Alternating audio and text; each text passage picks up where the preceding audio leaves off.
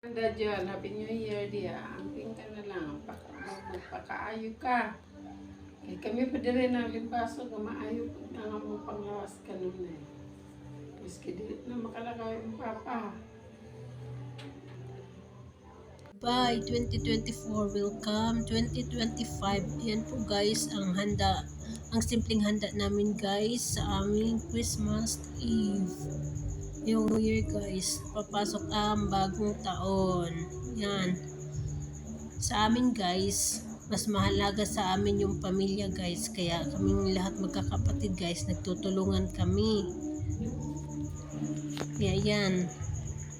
Tapos guys, pinagpasalamat ko kay Lord na buo pa rin kami pamilya guys, magsama-sama sa salubong sa bagong taon, nahaharap sa panibagong taon na naman guys, buo pa rin kami sa awa ng Panginoon guys. Kaya hindi importante sa amin kung anong handa namin sa lamisa guys, ang importante sa amin yung buhay na binigay ni God sa amin guys, lalo na sa papa ko guys, diba?